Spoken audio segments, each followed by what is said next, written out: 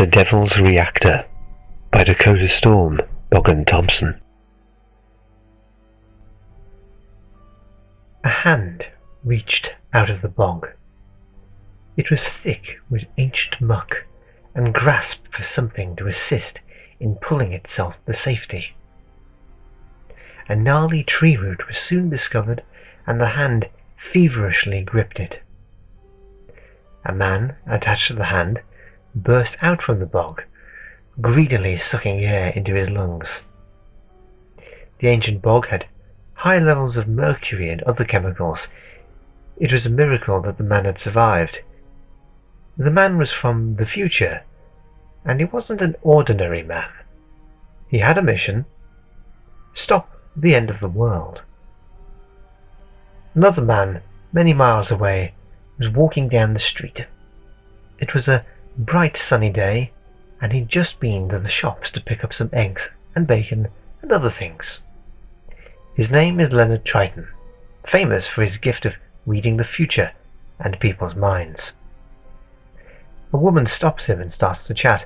Her brother has recently had surgery on his foot, but Mr. Triton can see into the woman's mind.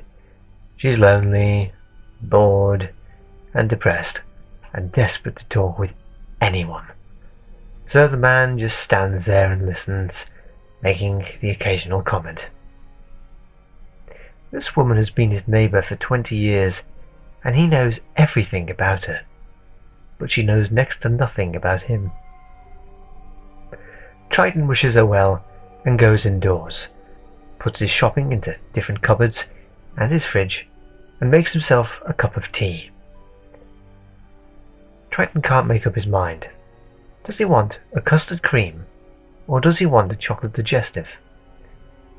After a few moments of contemplation, he chooses the chocolate digestive. He needs a little bit of fibre. He hasn't had a good bowel movement for 2 days, and one would be welcome. Triton had performed on the stage, reading people's minds, telling some of their harmless secrets to the audience, telling them what was in store for them in the future. All in truth, some would live to a ripe old age. Others would be hit by a bus on the way to the post office. Mr. Triton had had quite a lot of success, and had made a sizable sum. Bought his own house, a nice car with good miles to the gallon, and lived by himself. After Triton had finished his tea, reclined his big comfy armchair, and decided to have a doze. He hadn't had much sleep recently. He had had a funny feeling in his chest. It wasn't a heart problem, neither was it indigestion.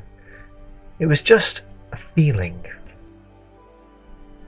The man from the bog had walked several miles and stolen several items of clothing from people's garden washing lines. The most daring thing he'd done so far was opening someone's conservatory door and taking a pair of battered boots. Now, fully dressed, he needed to reach his objective, but he had no transport, no money, and only a very basic understanding of how the world worked. The man from the bog watched a family pull out of their driveway in an expensive car, and he decided to go into their house and search for currency. He broke the back door lock with a stone garden ornament and went in. He checked the children's bedrooms first and carefully pulled out the bungs on the piggy banks. They were pink with little black eyes, and the man from the bog smiled a little. Such creatures hadn't existed for nearly 150 years from when he came from. The man took the money and placed it inside a bag made from cloth. He hunted around the parents' room, making sure to carefully put things back in the same place. Altogether, he managed to gather together £200. He left the way he had come in, a little annoyed at the fact that he had been unable to repair the lock. He had also taken an apple from the fruit bowl on the way out. His digestive system was just beginning to ache. The bog man passed by a row of advertisement boards and was fascinated by what it was that they were trying to sell. Internet broadband, mobile phones, offers in supermarkets. Using these adverts, he made himself a name. Crawford Jacobs. Now, he just needed to reach his destination. Dwight Edwardson sat at the head of the meeting table. His lackeys were talking, but he wasn't listening. Whatever he said would happen. In the end, it wouldn't matter about their advice. He owned the company. One of his underlings was saying something to him. "We are hemorrhaging money, Mr. Edwardson. This fusion power reactor is draining our bank account. We cannot possibly hope to keep afloat for more than a year at this rate." "The scientists have told me that the reactor will be ready in 3 months' time," says Mr. Edwardson. "Have they guaranteed that?" asks one of the other men at the table. "Yes," replies Mr. Edwardson. "Give or take a couple of weeks, the world will be changed forever. Our investors are worried that their funding is being stored and that we're just a fraud." "Gentlemen," says Mr. Edwardson, "I do not care what the investors say, or what their beliefs are. All I am interested in is the result. I call this meeting to a close." Mr. Edwardson gets up from his chair and walks to his office. "I must see Mr. Edwardson," says Crawford to the fat woman behind the desk. "I'm sorry, but unless you have a business appointment with Mr. Edwardson, then I can't let you into his office." Crawford had been waiting for 3 hours, sitting on an uncomfortable chair, to be told those words, and it filled him with an emotion he could not quite understand. His mind ticked over and eventually discovered that the feeling was anger. His brain took the appropriate actions and released some hormones to relax him. "Thank you," said Crawford to the fat woman behind the desk, and he left. Crawford needed a way in to talk with Mr. Edwardson, otherwise the world would be ruined. He stopped off at a restaurant that sold highly processed food that it called burgers. Whilst there, he felt an odd sensation in his brain, almost as if there was another mind inside it, peeking at what he knew. A man in his mid-60s was slowly masticating his food with his eyes closed, just a few tables away. Triton had felt the pain in his chest intensify when a young man had come into the restaurant. He'd felt that this man was not quite normal. He was different, and if the feeling in his chest meant anything, then it was that he needed to investigate further. While Triton ate, he probed the young man's mind. There wasn't much in his mind. An intention to save people, terrible scenes of carnage, like he had seen a war of huge scale. Triton decided to speak to the young man when he left. He would follow him and offer him a ride in his car.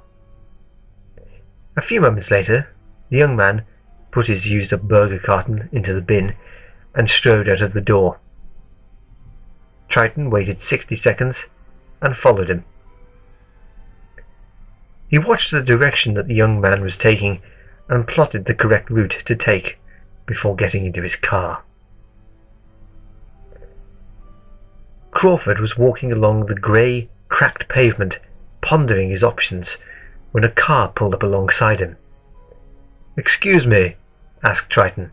"Could I interest you in a ride to your destination?" "Thank you, but I am quite content to walk," replied Crawford. "I might be able to help you, Mr. Jacobs," said Triton. "May I ask how you know my name?" asked Crawford. "It's all in the mind," replied Triton, tapping the side of his head with his finger. Crawford weighed up his options and got into the car. "So," said Triton as he drove off, "you're from the future." "How do you know this?" asked Crawford. "I have a gift, that's all," replied Triton. "Then you must surely know what I am here to do," says Crawford. "I'd like to hear all the details," said Triton. "I'll take you back to my house. We can talk there." It took half an hour to reach Triton's house, and in that time Crawford sat straight in his seat, contemplating his situation. Who was this mysterious man? Why did he want to help him? Did he mean to kill him? There were so many paths that could be taken, but he needed more information to work out a course of action.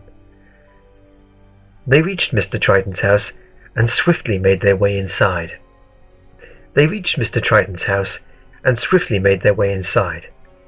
It was a nice house, and it was well furnished, with plush carpets, comfortable chairs, and a huge set of shelves with well over 200 books on it.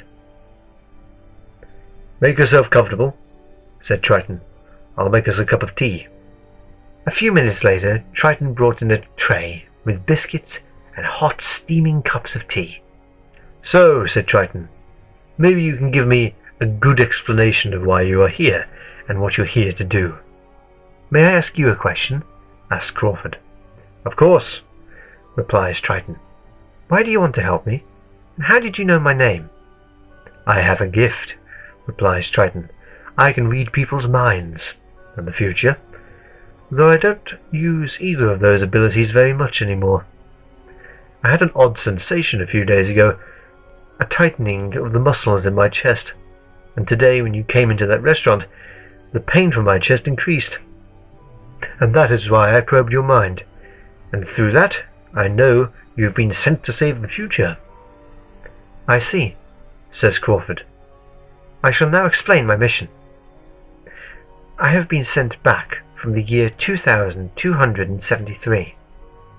I am here to make sure that the fusion reactor being developed by Dwight Edwardson and his company is not switched on. If it is, it will send out a wave of energy, destabilizing every nuclear power station and warhead in the world, and one by one they will explode or melt down, causing irreparable damage to the atmosphere, and wipe out nearly all life on Earth." "What is this fusion reactor?" asks Triton. "I'm not sure what it is."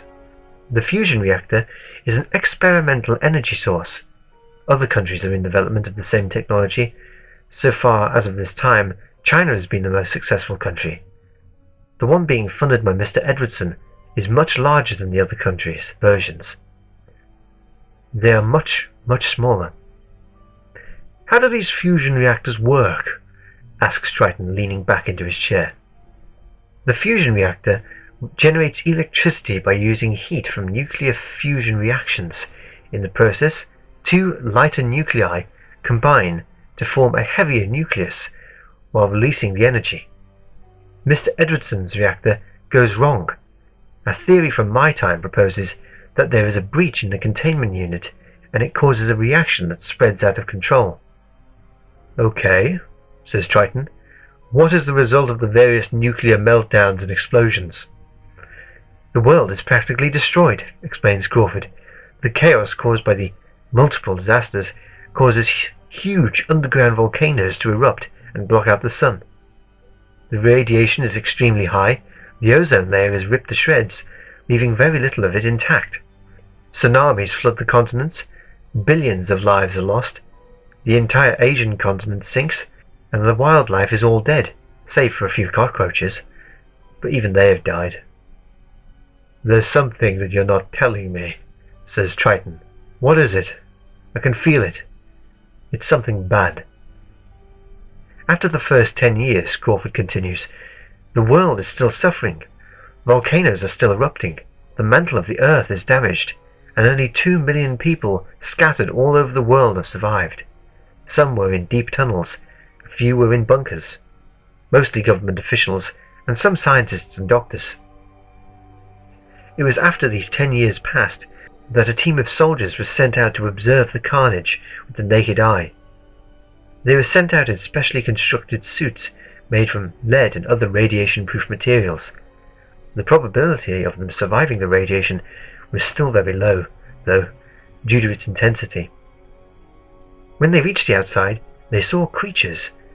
That is all they could describe them as. One person described them as demons." "What did they look like?" asked Triton. "From the descriptions, they were huge, monstrous things, herding people into the volcanoes in huge droves." "I thought that everyone on the surface had died," said Triton. "They had," replies Crawford. "The demons, as they were referred to, herded great masses of these people into the volcanoes. One of the soldiers who was sent out was ordered to go and retrieve one of them. He went and tried, but they didn't succeed. The people that were being herded were made of some sort of energy. The more religious survivors claimed that the radiation had made the souls of the dead visible to the naked eye, and that the demons were in fact collecting them and herding them to hell. "What did the scientists think?" asked Triton. "They would surely have put up an argument to such beliefs." "They had no explanation," replies Crawford. "There was no explanation that science could produce, and many of the surviving scientists also believed that they were seeing the souls of the dead." "If the world was in such chaos, then how did you get here?" asks Triton. Over many years, contact was made with other survivors, and they eventually came together via a system of tunnels that were discovered. Researchers from the Hadron Collider had managed to survive and stored the information that they had gathered over the years from being lost. Before the fusion reactor incident, the scientists at the Hadron Collider had discovered a new particle that they claimed did not fit within the laws of physics. It was later learned that these particles were in fact part of the fabric of time itself, and so they began experimenting. They rebuilt a Hadron Collider and harvested as many of the particles as was deemed safe, and they were mixed with various chemicals and radiations. It was eventually discovered that mixing the time particles with nullified uranium and liquid mercury produced a reaction that created time travel. But without any way to control it at first, it was impossible to use. Eventually, though, they began to send clones through. They were programmed to leave a mark in history. An example of this activity is the existence of the stone spheres of Costa Rica. "I see," says Triton. "Yes, I've heard of them. I have another question for you." "What is it?" asks Crawford. "I have looked into your mind. I felt like you only have your mission. You don't seem to live for anything else." "I understand your confusion," says Crawford. "I am a robot. I am a cloned human being at the peak of physical strength, and my brain is genetically engineered. I have only ever known the mission. My emotions are stunted via releases of specific hormones and lack of exposure. I have been bred for the specific purpose of stopping the fusion reactor." "It's extraordinary," said Triton. "So far, 123 clones have been manufactured. I am the 123rd to be sent through the time mix." "So," says Triton, "you need to get into Mr. Edwardson's office to speak with him." "Correct," replies Crawford. "Tomorrow I will get us in there," says Triton. "I'm going to need an awful lot of rest, and a good strong cup of coffee to even try what I want to do." "What are you planning?" asks Crawford. "I can enter people's minds," explained Triton. "I will try to block the minds of anyone near Mr. Edwardson's office. We will become part of the surroundings. I will try and trick them into believing that we're not there." "Have you done it before?" asks Crawford. "Many years ago, yes," replies Triton. "I managed to keep it up for about 3 minutes, but I've gotten much older since then, so I don't know how long I'll be able to keep it up. I suggest we get close to his office, and then, when I have blocked their minds, we make a sharp dash into his office, close his door, then I can release my hold on them. We'll do the same thing on the way out as well." "Do you think it will work?" asks Crawford.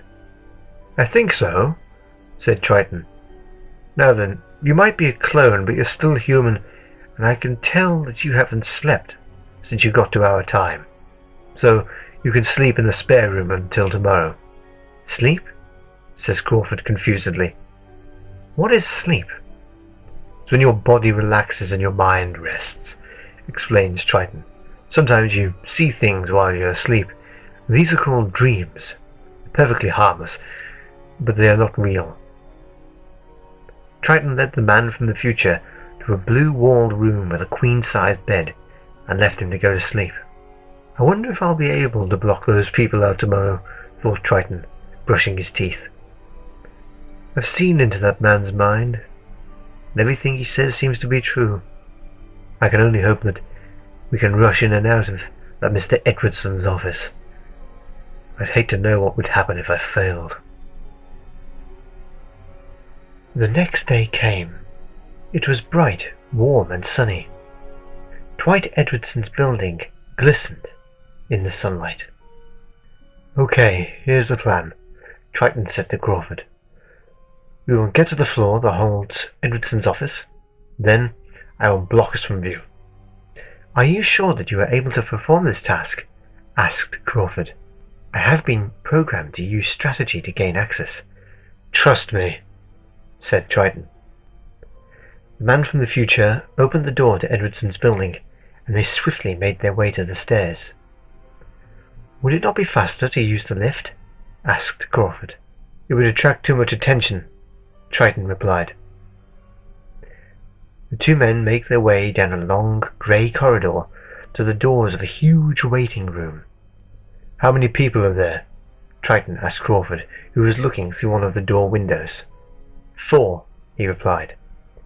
"Good," returned Triton. "The less the better. Can we open the door from out here, or do we need to ring a buzzer?" "The door is not locked," replied Crawford. "Let's go," said Triton. The two men ran into the room and dashed towards Mr. Edwardson's office. Crawford noticed that Triton had gone bright red with the strain of blocking people's minds from seeing them, and they quickly entered Edwardson's office. Mr. Edwardson looked up from his paperwork at the two intruders and frowned. "Who let you in here?" "I did not say that you could enter my office. Who do you think you are?" "We let ourselves in," replies Triton. "There's no point calling for help either, no one can hear you." "What's this all about?"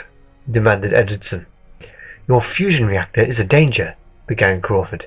"It will destroy humanity and release creatures from hell. From what I have been told, you are the head financer and operator of the fusion reactor project." "Don't be ridiculous," said Mr. Edwardson. "The fusion reactor is a clean and safe way to make electricity. It has had numerous safety checks, and anyway, the technical scientists have assured me that nothing can go wrong." "Your scientists are wrong," said Crawford. "The fusion reactor will detonate and cause all but 2 million people to die." "Bullshit," returned Edwardson. "What are you from? The future?" "Yes," replied Crawford. "I am a clone, one of many that have been sent back throughout the years.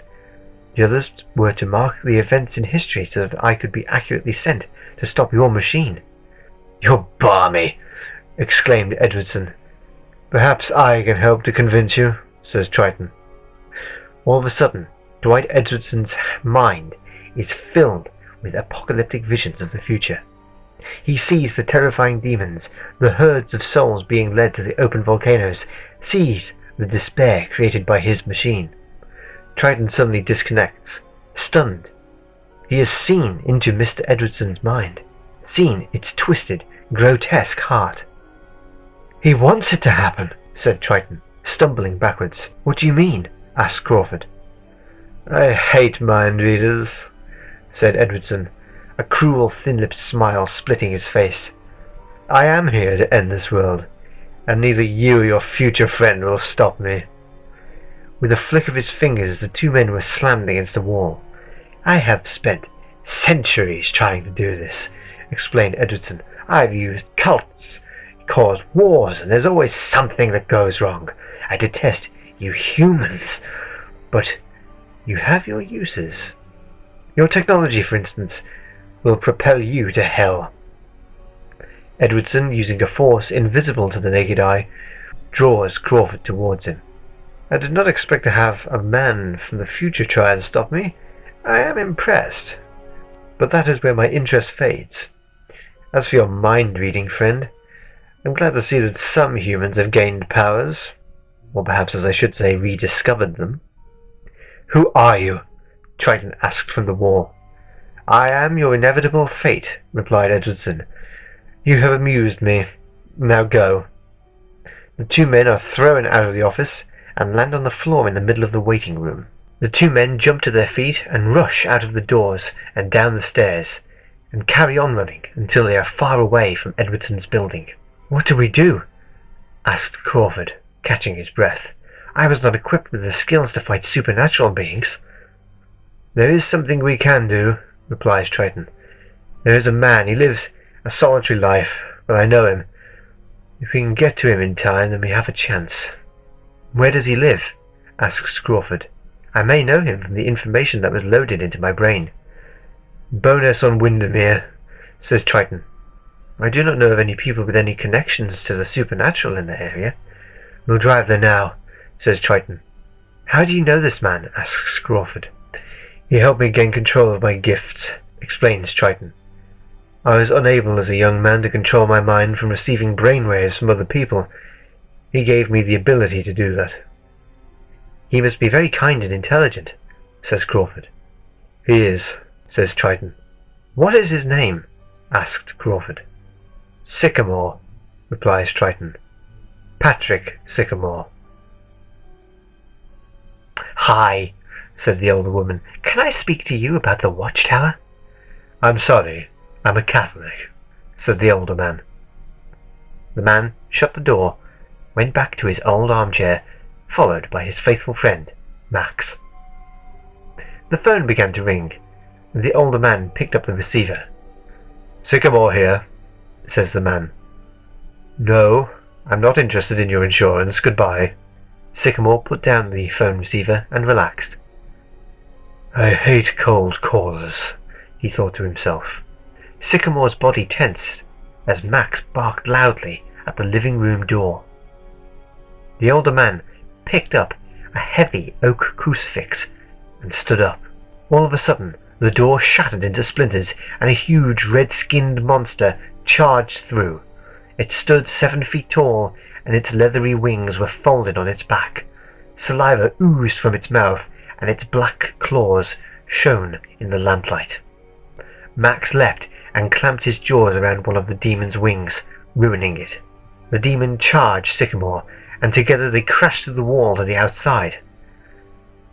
Triton pulled his car up to the curb and watched Crawford come out of his sleep. "We're here," said Triton. "This is Sycamore's house?" said Crawford. "I do have some information on the building." "What information?" asked Triton. "Satellite imagery found it in near mint condition," explains Crawford. "The scientists could not understand how it had survived the cataclysm." "That's Sycamore for you," said Triton. All of a sudden, a portion of the wall exploded from the house, sending bricks and pieces of woodwork everywhere. A huge creature and a man were locked in a grisly fight to the death. A large Rottweiler was also contributing to the fight. "Sycamore?" asks Crawford. "Sycamore," replied Triton. Sycamore landed a blow to the demon's rib cage and snapped several of the bones. "Why are you here?" he shouted. "To kill you," exclaimed the demon. "Obviously," returned Sycamore. The demon threw Sycamore off of him and into a bush in the large garden. The red-skinned devil turned to face the slathering, red-eyed dog that had bitten his wing, and found himself stunned as the big Rottweiler jumped and embedded his 2.5-inch canines into his face. The bite burned, and the demon realized that this was a blessed dog, baptized by the Vatican. The demon felt a second source of pain, as something sharp pierced his skin on his back.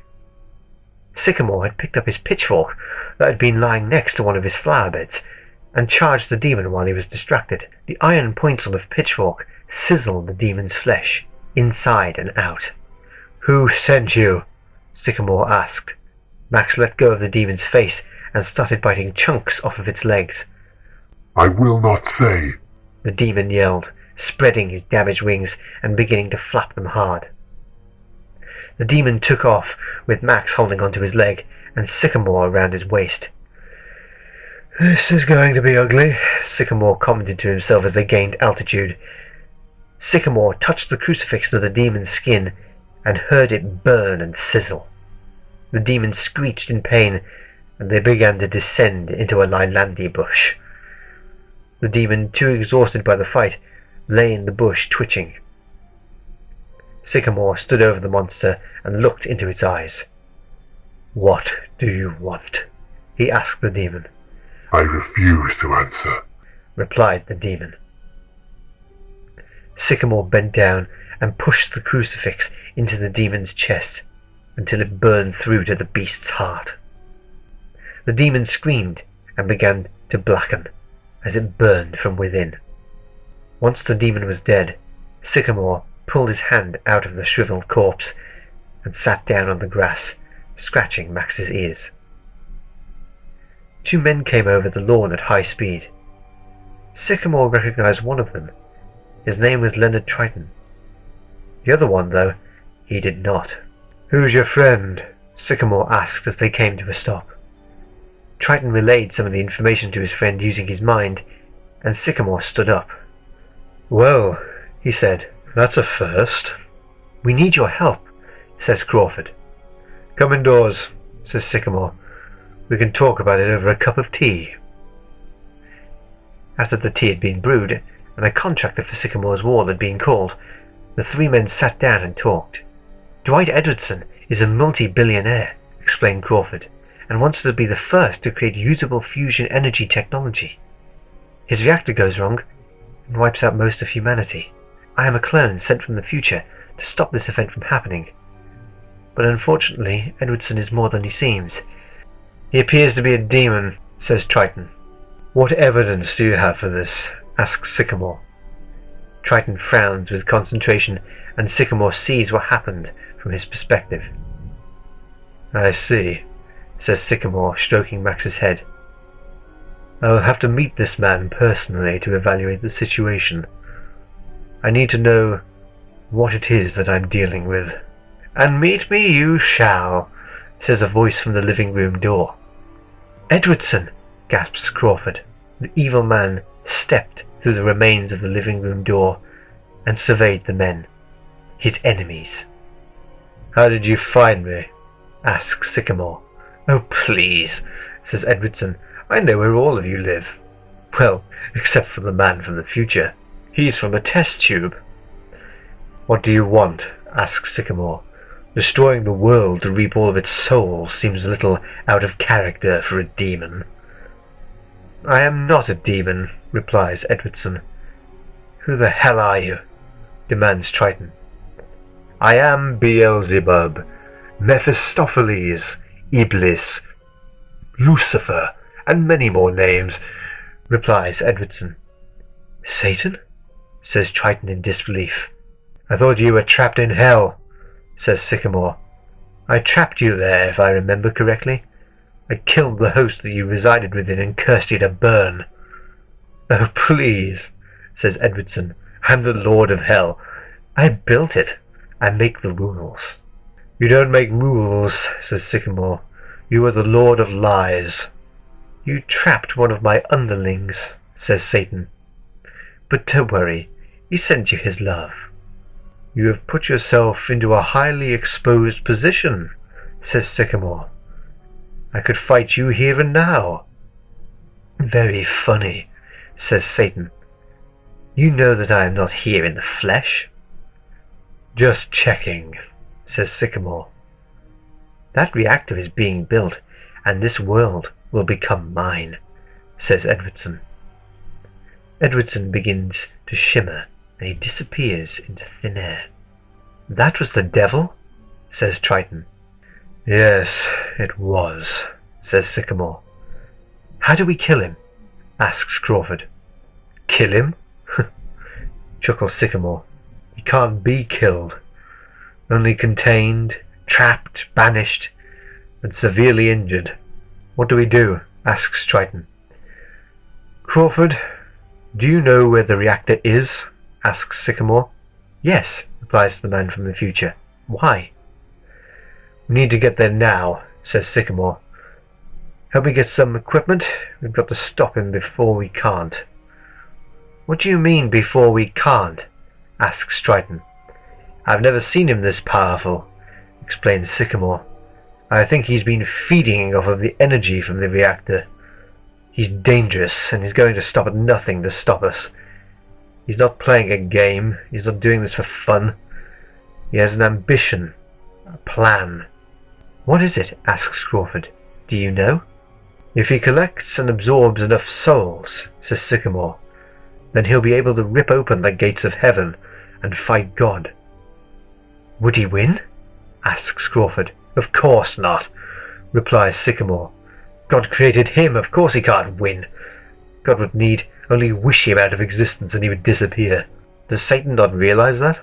Asks Triton. He's utterly insane, replies Sycamore. He thinks he's God's equal. Now go on, I'm going to need your help. Sycamore pushed open a pair of doors and led Triton and Crawford into a room filled to capacity with huge shelves full of books and relics from ancient times.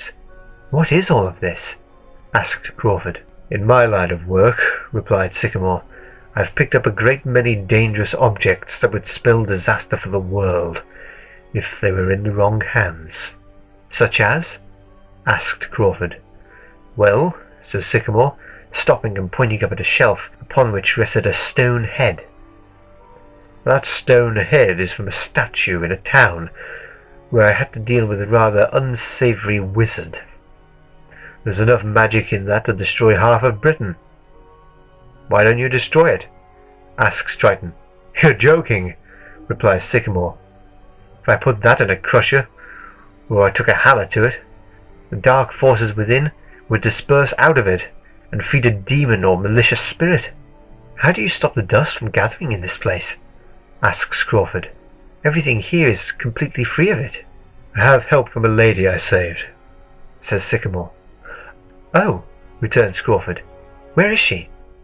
She's a ghost, replies Sycamore. Her husband's spirit trapped her here. Horrible man. I freed her, but she stays and looks after the house. Sycamore led his comrades to a large vault door built into his wall. What's in here? Asks Crawford. My most powerful equipment, replies Sycamore. I own a great many objects, but these ones are the most dangerous and deadly. Sycamore asks Crawford and Triton to turn around so that he can unlock the vault, and soon the huge steel door swings open, revealing a spacious interior. The three men step into the huge metal room and gaze around. Sycamore unlocks a wooden chest with well-practiced movements, lifts the lid, and pulls out something wrapped in a sheet. Moving to a small table, Sycamore opens the sheet and reveals a book, quite large, A4 at least, leather-bound, and incredibly ancient. What is it? Asks Triton. An ancient Bible? Far from it, replies Sycamore, although some saints did write in it. Sycamore carries the book out of the vault and sets it on a huge table, with Max sitting beneath it. Sycamore closes the vault and locks its immense door. That giant lockbox of yours must cost a small fortune, comments Triton. $500,000, replies Sycamore. That's cheap, isn't it? Says Triton. I had it transported from a bank, explains Sycamore. It was the scene of a huge mass suffocation. That's terrible, says Crawford. Not really, returns Sycamore. They were Satanists. The real deal, not those twits that dress up in red robes and such. No, these were the type that spread chaos throughout the world. Terrorist organizations, mad dictators, etc. Why did they kill themselves? Asks Triton. They didn't, replies Sycamore. They were locked in by someone else. Sycamore leafed through the pages of the book and stopped all of a sudden. Max, he said, B3, base. The huge dog moved swiftly and silently. There was a scuffle at the base of the bookshelf, and a loud piercing shriek followed by a snapping sound. Max came back, holding the bloodied corpse of some horrible creature. Max dropped it into Sycamore's hands, and he examined it. The creature had the head of a bat, extremely large ears, and a fat rat's body, and a lizard's tail and legs. What in the world is that thing? Asked Triton. It's a spy, replies Sycamore. We call them scale feet, says Crawford. I like that name, says Sycamore, I'll have to write that one down.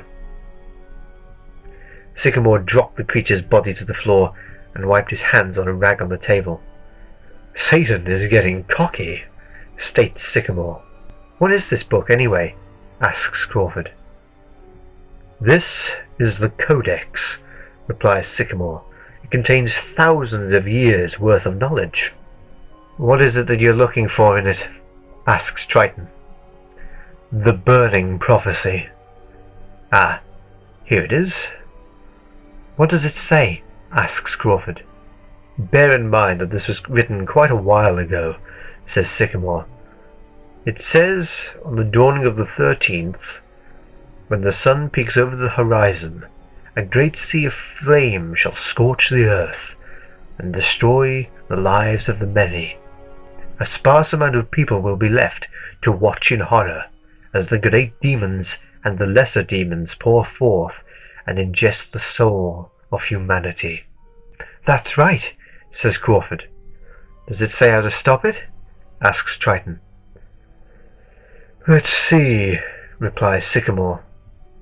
The book reads, the great deceiver Satan must be killed with bare hands, and no air must pass his lips. He must become cold and be consumed by the great beast. But Satan is the beast, says Triton, rubbing his temples. The book isn't referring to Satan as the beast. People made that name up to scare children, says Sycamore. I know what beast the Codex speaks of. What is it? Asks Crawford. It's a dog, replies Sycamore. Well, we have Max, so that's sorted, says Triton. Not that sort of dog, you dolt, retorts Sycamore. Max isn't the right one. No, this is a supernatural beast. It wanders the East Anglia area. I've been there plenty of times. I've never seen a dog wandering around, says Triton. Black Shuck, explains Sycamore. He's the dog to which the Codex refers. He's ancient. I have asked for his help many times before. He has a history with Satan. History? Asks Crawford. Black Shuck is an immense beast with great power. Such great power, in fact, that Satan asked him to be the head of his hellhounds and lead them into a war against the angels. What Satan didn't realize is that Black Shuck hates anything to do with Satan, and he made this point by brutally mauling him, killing his host. Host? Asks Triton. Satan had possessed a body, much like he has now, continues Sycamore. So, in order to expel him and send him back to hell, Shuck killed the host and consumed it. Evidently, the priest saw the battle between the two and wrote down the account in the Codex. Well, how do we get his help? Asks Crawford. Max, says Sycamore. B9, S2, TT12. The huge dog lumbered over to a set of shelves and retrieved a wooden bottle. How does he know what you mean? Asks Triton. He has an eidetic memory, and everything is labelled, replies Sycamore, taking the bottle. You mean he can read? Says Triton in amazement. To a point, returns Sycamore, taking a pipette from the drawer. He doesn't like the letter K for some reason. Sycamore opened the bottle and put the pipette in, sucking out just a few drops. The paranormal investigator used the dropper to put some of the black liquid from the bottle into his mouth, and repeated the action on Max, Triton, and Crawford. Sycamore took a silver spoon from a box and poured some of the liquid into it. Do we need to have any more of that stuff? Asks Crawford. It's somewhat bitter. Sycamore flicked the contents of the spoon onto the floor, and a tower of green flame shot up to the ceiling. A strange smell wafted through the air. It smelt of wet mud and decay. It was soon followed by a white fog that swirled around. It slowly disappeared, and standing before the three men was a huge creature, some 12 feet long and 7 feet tall. The dark eyes stared coldly at its hosts, and sat down when it saw Sycamore. "Gentlemen," said Sycamore, "Black Shuck." "Where is this reactor, then?" Sycamore asks Crawford. "The reactor is being built in an underground bunker in a privately owned lot in Wistman's Wood," replied Crawford. "That's in Dartmoor," said Triton. "Wistman's Wood is ancient," says Sycamore. "It's part of an ancient forest. It used to cover a lot of Dartmoor. Unfortunately, it's much smaller now." "Do you think it will be easy to get in?" asked Triton. "No," replies Sycamore. "The wood is host to a number of trolls, but it is also host to the Yeth Hounds. They're a type of hellhound. They're particularly savage. I happen to own a number of historical reports of them destroying entire villages in a night and leaving only a jumble of body parts strewn across the area." "Will Black Shuck be able to help in that department?" asked Triton. "Maybe," replies Sycamore. "Most hellhounds fear him, but they also have a deep hatred for him as well." "Why?" asks Crawford. "Well, he doesn't belong to any of the hellhound packs. He's a loner. He also has a lot more power than them. I've seen Chuck plow through swarms of hellhounds in minutes, so he may be able to induce some fear into them." "How will we transport him there?" asks Triton. "We won't," replies Sycamore. "He'll make his own way there. He's very fast." "When do we leave?" asks Crawford.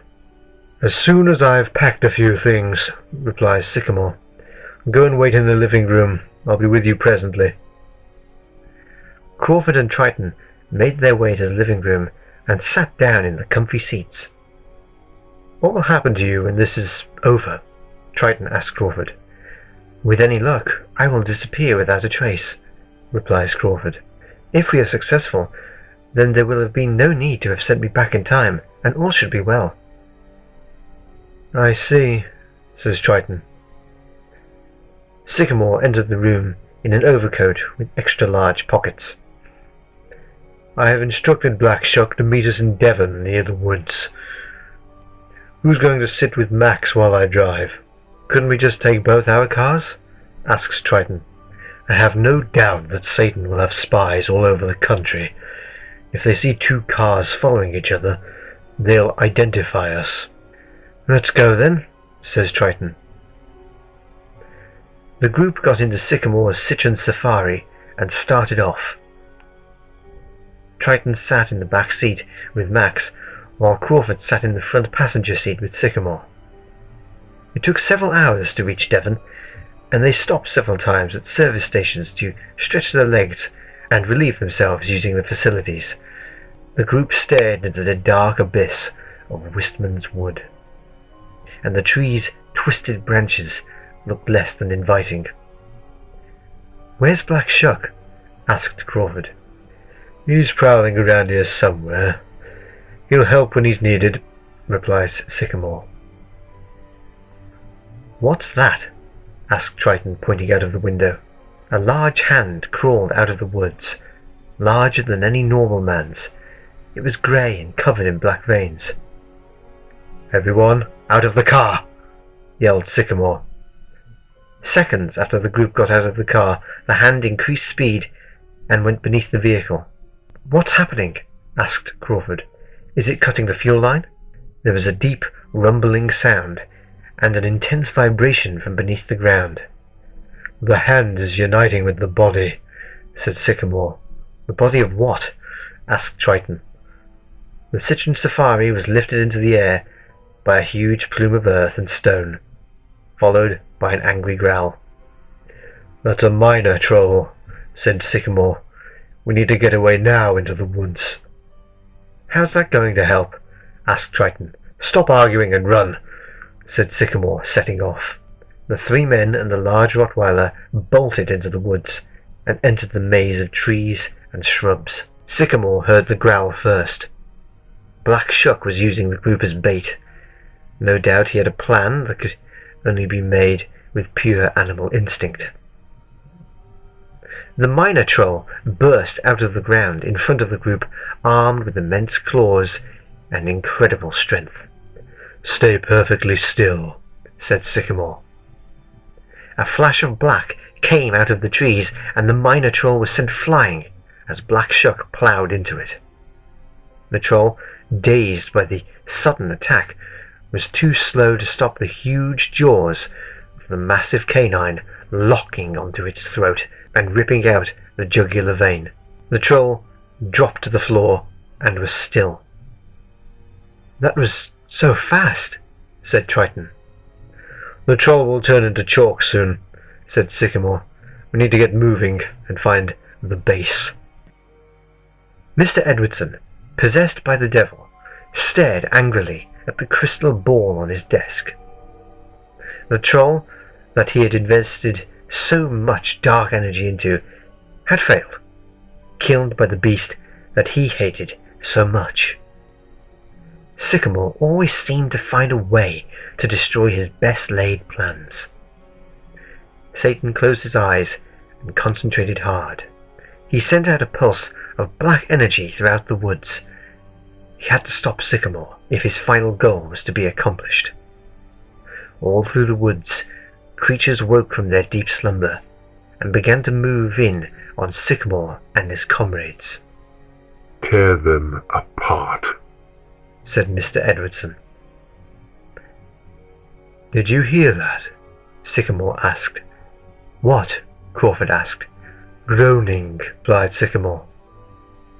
Listening carefully, they all began to hear a distinctive murmur in the surrounding trees that grew in volume as it approached. Black Shuck and Max tensed and began to growl. A group of people in disheveled clothes crashed through the woods and began to stumble towards the group. "Undead husks," said Sycamore. "Zombies?" asked Triton. "Sort of." Black Shuck and Max fell upon the small army of undead, ripping off limbs and severing heads, while Sycamore, Triton, and Crawford had picked up sturdy sticks and started to beat them back. "Zombies are large amounts of people who have been brainwashed with powder and potion and follow command without thought.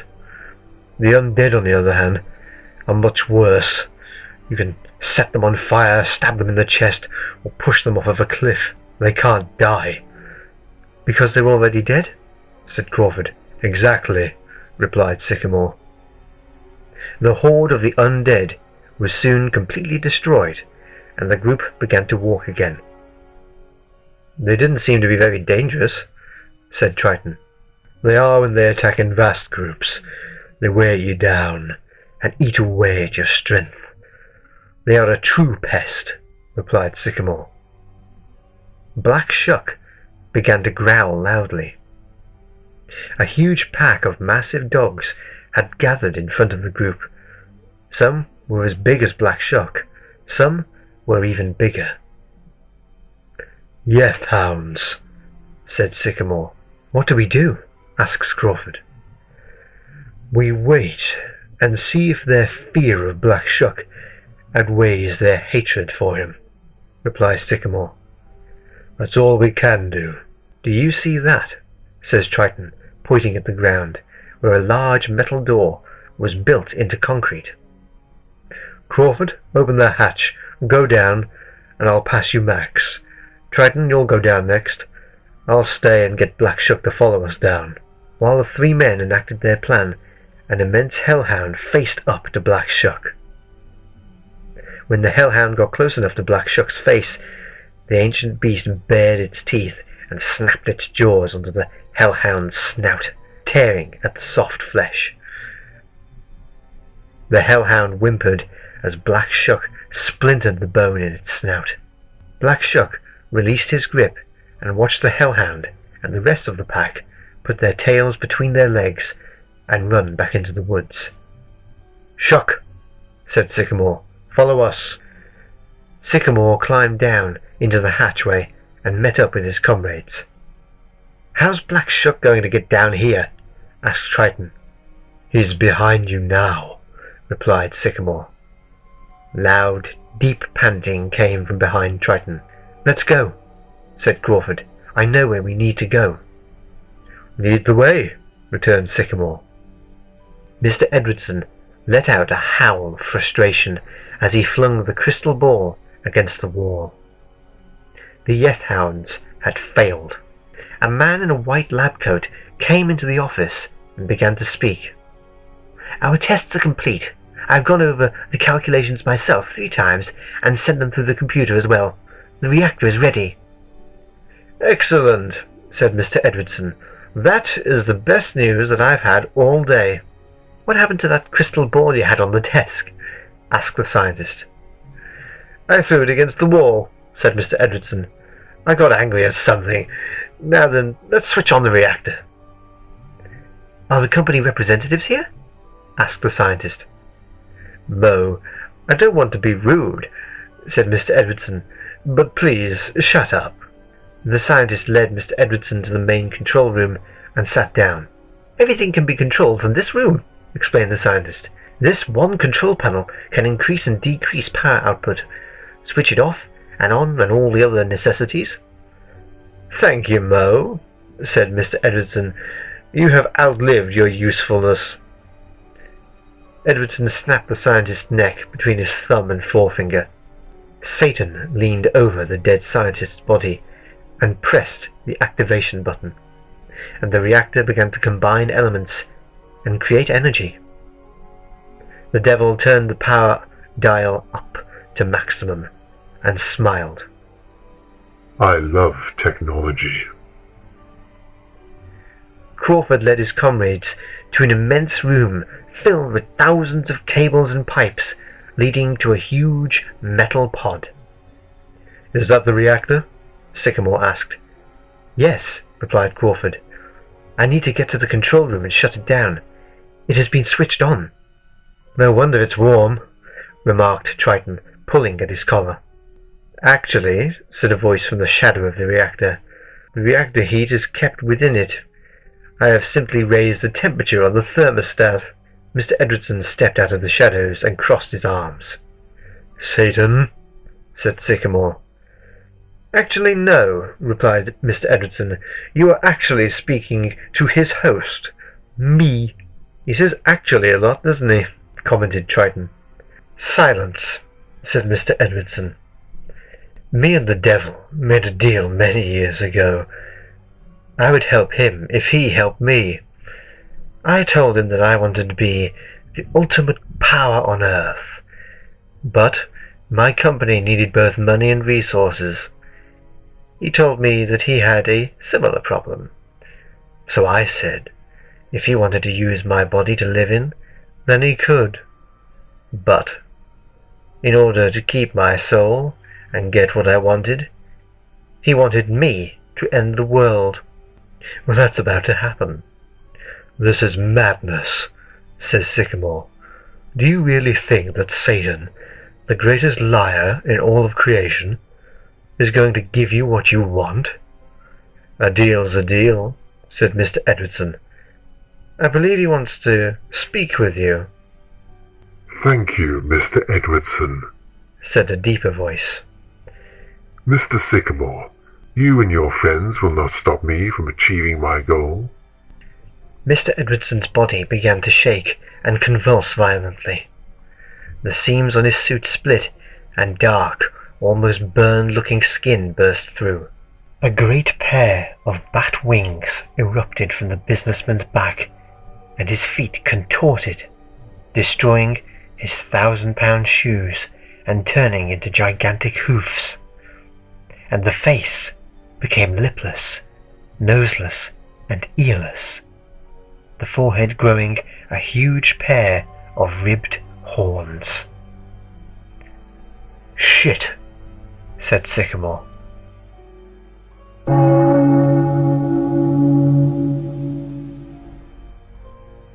Black Shuck gave an angry growl and ran towards the devil at high speed. preparing to clamp his jaws onto his foe's face and tear it off. Satan laughed, and as Black Shuck leapt, he swiped out his left arm and swatted the huge canine against the concrete wall. "Really, Mr. Sycamore," began the devil, "did you really think that bringing my old enemy to the fight would stop me?" "I had my hopes," returned Sycamore. "All hope on earth is about to be extinguished," said the devil. "Crawford, Triton, make your way to the control room and see if you can shut down the reactor. I'll keep Lucifer occupied." "How are you going to fight him?" asked Triton. "Stop asking questions and go," returned Sycamore. Triton and Crawford ran for the control room stairs, while Sycamore and Max faced up to Satan. "One man and his mutt versus the Lord of Hell," said the devil. "It feels like a one-sided fight."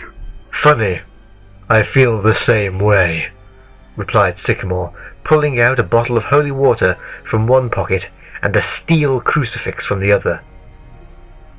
Sycamore ran at the devil and ducked down as his opponent swiped his arm out to hit him. Max made a dash for one of Satan's ankles and clamped his huge teeth onto the red flesh. The devil let out a harsh scream, and Sycamore pushed his crucifix into the beast's stomach, making it double over. As Lucifer's face came close to Sycamore's, it received a splash of holy water and began to sizzle, burning a deep hole in the flesh that began to pour blood. "Possessing this man has made you weak," said Sycamore. Satan tried to slash Max off of his ankle, but the big Rottweiler was too fast and darted away, causing the devil to slash his own ankle with his own claws. "Being part of this man has had many benefits, such as..." Satan's body began to twitch, and his skin tore as huge muscles expanded. "Specially made steroids," said the devil, as he shattered the concrete floor with his fist. "They increase my strength tenfold." "You'll need a lot more than that," said Sycamore. In the control room, Triton and Crawford were desperately looking at the various screens and panels that filled it. "You're from the future. Don't you know what the off switch looks like?" said Triton. "This was the center of the incident. Nothing but a hole was left," replied Crawford. "Well, I can't find anything that we can press, turn, or pull that will shut down that damned reactor," says Triton. "Then I have failed my mission," said Crawford. All of a sudden a loud crashing sound came from the windows of the control room. Triton and Crawford looked out from behind the perspex and saw Sycamore dashing around the devil, touching a crucifix to various points on the beast's body. "Crawford," said Triton, "I have an idea." "What is it?" asked the man from the future. "Neither of us know how the controls work, but the dead man lying on the floor does." "What are you saying?" asked Crawford. "I have only tried this once before," said Triton as he stepped over to the still warm corpse. "The brain remains active for quite some time after death. I'm going to try and read this man's mind." "What happened last time you tried this?" asked Crawford. "I found out the man's name and who his family was," replied Triton. "Unfortunately, I had a stroke 10 minutes later." "There must be a safer way," says Crawford, as the mind reader grabs hold of the dead scientist's head. Satan had become enraged. Sycamore had managed to dodge all of his attacks. "Your host is a weak man," taunted Sycamore. "He hasn't the will you need to kill me." All of a sudden, Satan felt Mr. Edwardson's soul burning red with hatred, and found strength. Sycamore found himself pinned 5 feet above the floor to the wall. "Looks like you got that wrong, Mr. Sycamore," said Satan, leering at his opponent. Sycamore felt around the wall after dropping his crucifix and found 2 cables. With all of his strength, He tore them from their sockets and thrust the sparking ends into Satan's chest. The devil let out a roar of pain and let go of Sycamore. Sycamore dropped to the floor and rolled, trying to work out where his crucifix was. The paranormal investigator saw Max running up to him, carrying the crucifix in his mouth, and dropped it in front of him. Satan, still clutching his chest, watched in horror as a dark shadow leapt at him and tore into his flesh. As Black Shuck ripped into Satan's chest, Sycamore put his foot onto the beast of the underworld's head, grabbed hold of one of the ribbed horns, and began to pull and twist it as hard as possible. The horns snapped at the base beneath the skin, and Satan screamed in pain. Max ran to Sycamore and buried his teeth into the devil's face, ripping off huge chunks of flesh. Sycamore touched the crucifix to the forehead of the Lord of Hell and said, "I cast ye out, Satan, deceiver of many, corrupter of souls. By the power of God, I cast you out. By the power of Jesus, I cast you out. I order you to return to hell. By the power of the Holy Spirit, I cast you back.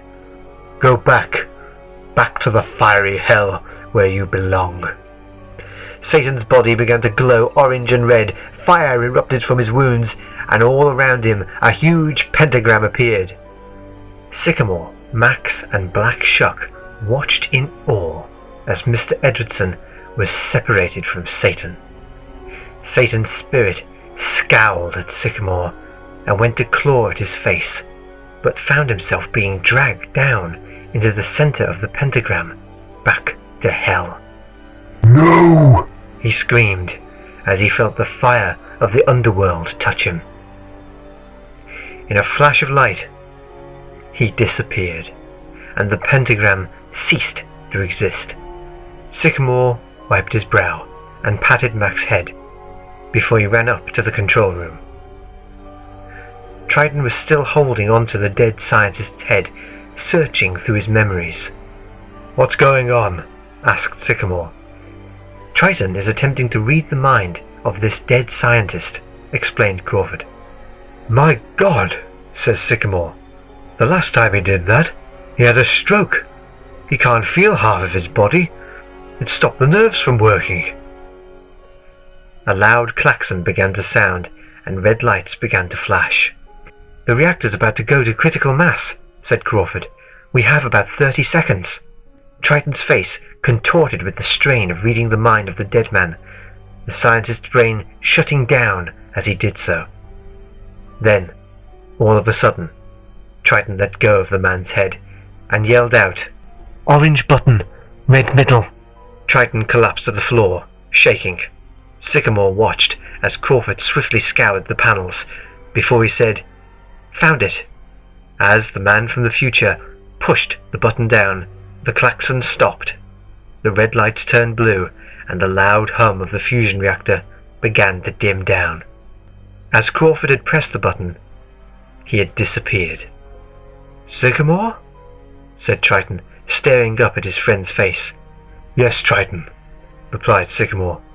"Are you all right? Can you remember where you are?" "Yes," replied Triton, sitting up. "I think I've had another stroke, though." "You seem to be fine. What's the matter?" "I can feel the left half of my body again," replied Triton. The mind reader looked around the room and said, "Where's Crawford?" "He's gone," replied Sycamore. "When he hit the shutdown button on one of the control panels, he wiped out his future." "We succeeded then?" said Triton, getting to his feet. "Yes," said Sycamore. "Crawford's disappearance is proof of that. Because there was no reactor explosion, then there was no apocalypse, and therefore no reason to send him back in time." A moan came from below the control room. Triton and Sycamore walked down the control room stairs and saw Mr. Edwardson, naked, bleeding, and whimpering. "My power," said Mr. Edwardson. "My future. I was going to rule the world." "You're pathetic," said Sycamore, "making a deal with the devil, just so that you could rule." "I was immortal," Edwardson howled. "If I remember correctly," said Triton, "when you made your deal with the devil, were you meant to save your soul by taking over the world successfully?" "Oh God," said Mr. Edwardson under his breath. "You know what that means, don't you?" says Sycamore. "Please," pleaded Edwardson, "you must help me. Help me save my soul." "You are going to hell," replied Sycamore, "and you are going to burn. Burn for all of the things that you have done, all of the people you have hurt or killed, and the devil, the being that you played host to, let infect your body, will watch and laugh." "You have to help me," begged Edwardson. "I'll give you anything. I'm wealthy. How much do you want? Name your price." "I don't want your filthy money," said Sycamore, pushing the crushed businessman away with the sole of his boot. "Money can't save your soul. Nothing on this earth will." "Please," begged the foul little man. "Help me. I'm begging you. Do something." "Okay then," replied Sycamore with a sympathetic smile. "I'll help you." Sycamore gave a loud, shrill whistle, and Black Shuck came up behind Edwardson, growling at the stench of the businessman's flesh. "What are you doing?" said Edwardson. "You said you were going to help me." "I am going to help you," replied Sycamore, "and sending you to hell." "No!" yelled Edwardson. "Help me save my soul!" Sycamore and Triton turned their backs and began to walk away, Max trotting along beside them. As they walked towards the corridor through which they had entered the complex, the last thing that they heard was the howl of Black Shuck and the screaming of a doomed man.